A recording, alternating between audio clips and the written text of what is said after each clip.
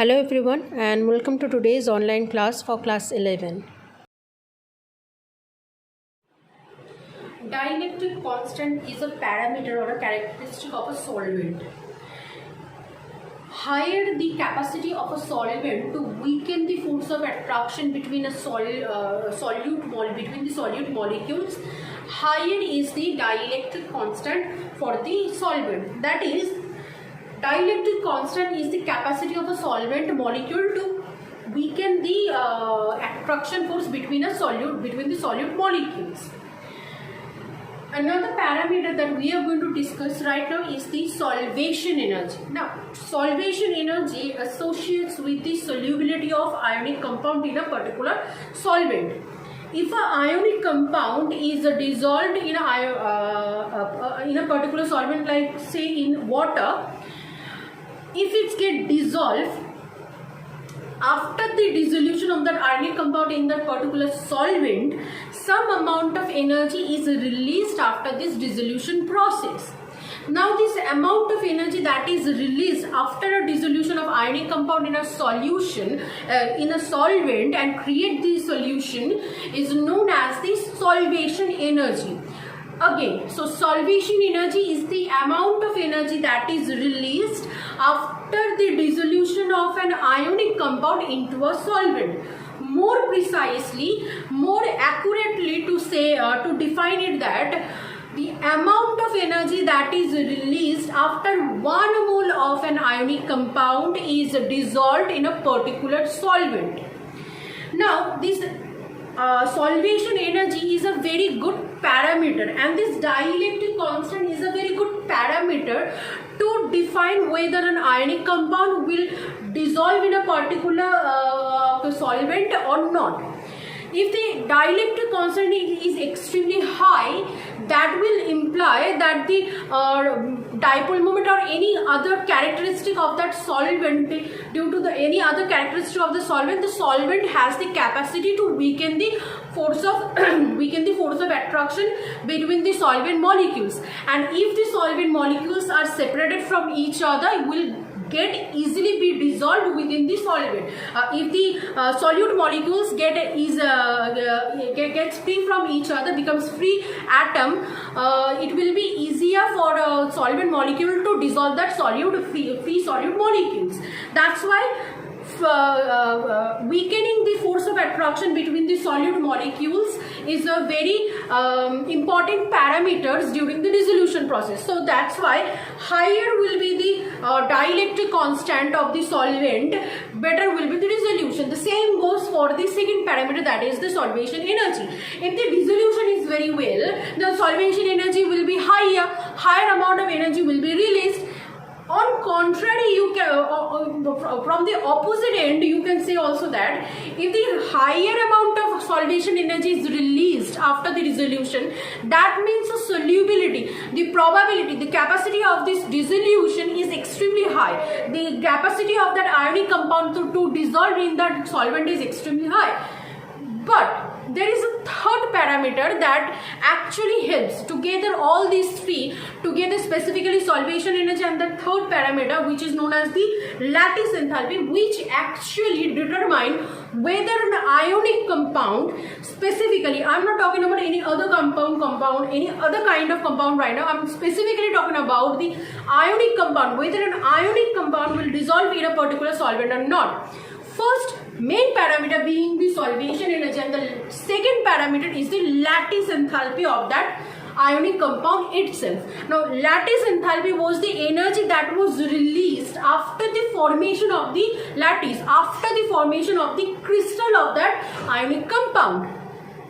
Now, is the same amount of lattice energy you give to that crystal compound, crystal of that ionic compound, the entire crystal structure will break down, forming free separated ionic compound molecules of ionic compound. Then it will be easier for the solvent to again dissolute that free ionic molecules. That's why not only the solvation energy, lattice enthalpy is also important. But mind it, in this particular case, we are not creating lattice. We are actually trying to break the lattice. That's why lattice enthalpy is needed to give to the ionic compound. So during dissolution, two parameters comes. First, the crystal of that ionic compound is needed to break. It's needed to be broken. That's why lattice enthalpy is given to the ionic compound. As a result, lattice breaks down and free ionic molecules of free ionic compound forms. After the formation of this free molecules of ionic compound, dissolution happens depending on the solvent. As the dissolution happens, then solvation energy released. By comparing these two parameters, these two energy parameters, depending on these two parameters, we determine whether the ionic compound dissolved in a particular solvent or not. Let's see how. The solvation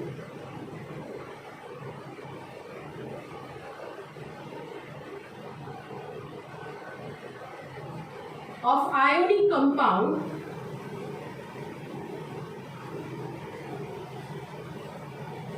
is equal to the delta H solvation. Now this is the amount of energy that will be released, that is, this is negative in nature, minus the lattice enthalpy, that is U, which is in this case positive in nature because you are giving the energy in this case. Now supposedly two compound I am taking AB and CD. For AB, solvation enthalpy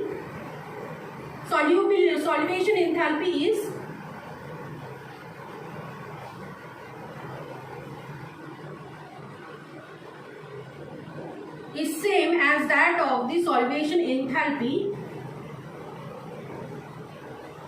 for CD. That is what I am saying. I am taking a generalized two example of ionic compound AB and CD, and we have found that the solvation enthalpy is same for both of them. That is, if a free molecule of AB and CD is dissolved in a solvent, the amount of solvation energy that will be released is same for both of them.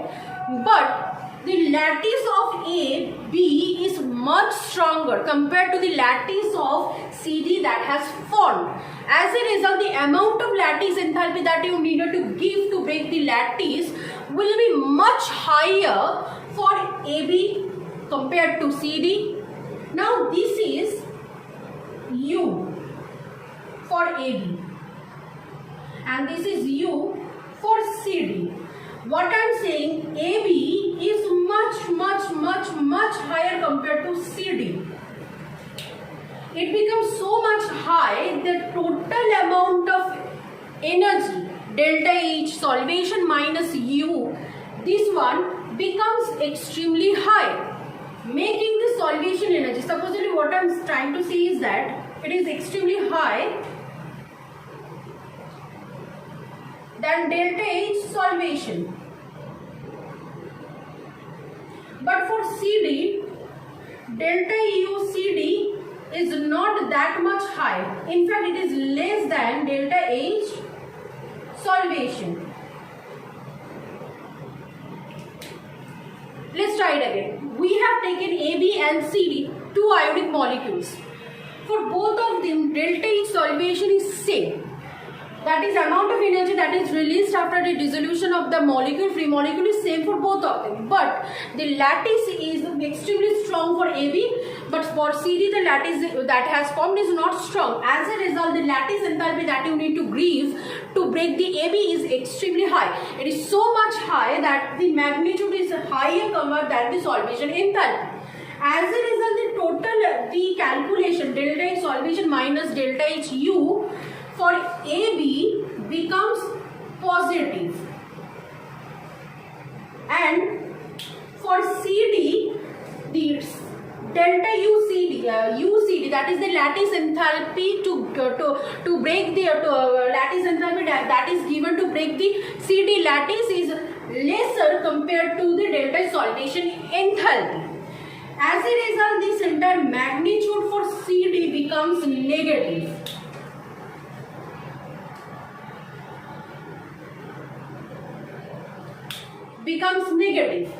Now, it is said that entire magnitude of delta H solvation minus lattice enthalpy is needed to be negative.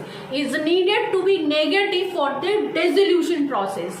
That is, the amount of energy will be released after the entire dissolution should be negative instead of positive. Then only the dissolution happens.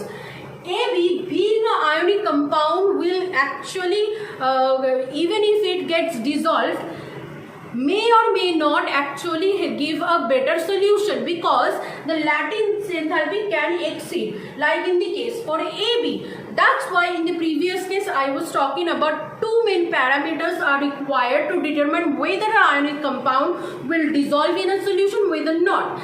Two parameters being that one, solvation energy that is needed to be solvation energy that is required, that is released after the dissolution, and the lattice enthalpy that is needed to provide to the ionic compound, crystal of ionic compound, to break the lattice. Depending on these two parameters, the dissolution process occurs, and it follows as delta H solvation minus of U. For solubility happen,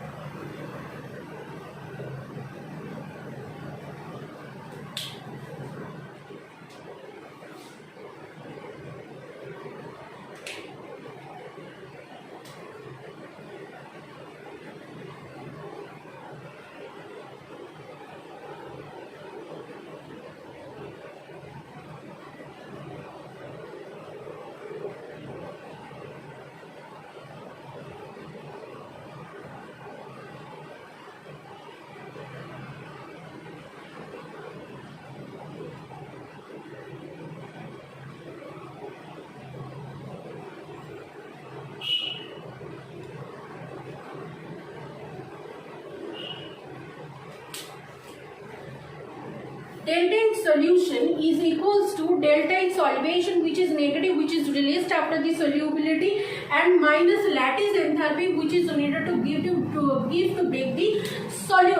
break the lattice. Now, for solubility,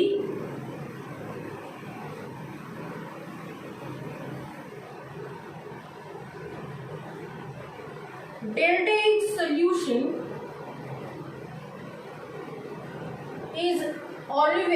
should be less than 1. That is, it should be negative. That can only happen, that is, when delta H solvation is greater than, numerical values of delta H solvation is greater than numerical value of lattice enthalpy. If the numerical value of lattice enthalpy exceeds the numerical value of solvation, that will produce delta H solution in a positive term, which implies that despite the ionic compound have a negative solvation energy, but the dissolution of that particular ionic compound will not occur in that particular solvent.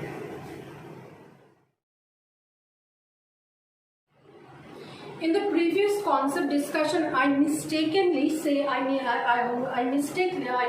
a mistake and said that delta H solution should be less than 1. Thus, it should be the numerical value numerically it should be negative in negative value. It should produce negative value. That was the mistake that I had made. Delta H solution should be less than 1. That is the only way it can produce a negative value. That means that delta H solution less than 0, meaning the value will be negative, and that means that the delta H solution, the numerical value of delta solution should always be greater than the numerical value of the lattice enthalpy of that ionic compound. Now, right now we had only discussed about the comparative study whether a ionic compound being a solvation energy in a negative value still may or may not dissolve in a particular solvent depend on its own lattice enthalpy, and the comparison between the two lattice, these two energy term may dissolve in a solvent or may not dissolve in a solvent. This is the comparative study that we had done. Right now we are going to discuss about the exact process by which this dissolution of an ionic compound happen in a solvent. The process that we are going to discuss is the solvent cage method. We are going to take an example of sodium chloride, which is an ionic salt. The dissolution of sodium chloride into water. We know that sodium chloride dissolved in water. Sodium chloride, NaCl, solid, when dissolved in liquid water, a reversible reaction is follows, which produces Na plus in aqueous plus Cl minus aqueous. We already had studied about this particular chemical reaction in which Na plus aqueous we had studied. Now, what is this Na plus aqueous that we used to write or we used to read? This is nothing but the solvent cage, the representation of the solvent cage in a chemical reaction. Now, what is the solvent cage and how it is formed? Let's try to see this. When Na plus and Cl minus is dissociate after this dissolution in water, Na plus being a cation then surrounded by the water molecule. Now, water is a polar molecule containing a delta negative charge onto the more electronegative oxygen atom and the delta positive partial positive charge on the hydrogen atom. As a result of dipolar-polar interaction or electrostatic interaction is observed between the cation Na plus and the oxygen atom of the water. Not only this interaction can be observed with one molecule of water, but with the several molecules of the water.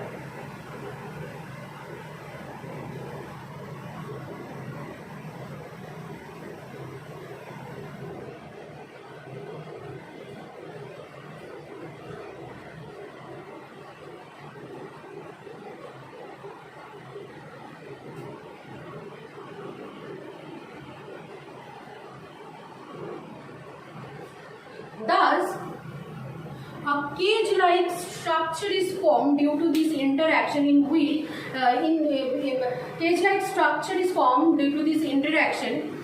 This cage-like interaction, the cavity of this structure is reciting the Na plus cation. And due to this structure formation, Na plus are not remained free to combine with Cl minus and revert back to NaCl and the NaCl molecule. As a result, it stays remained within the solution and had an interaction with the solvent molecules. Due to this interaction of solvent molecules, the dissolution happens. The same situation happens for the anion, the chlorine atom. Chlorine being a negatively charged anion interacts with the partially positive charged hydrogen of the water molecule. But this interaction not only happens with one molecule of water, it happens with several molecules of water again.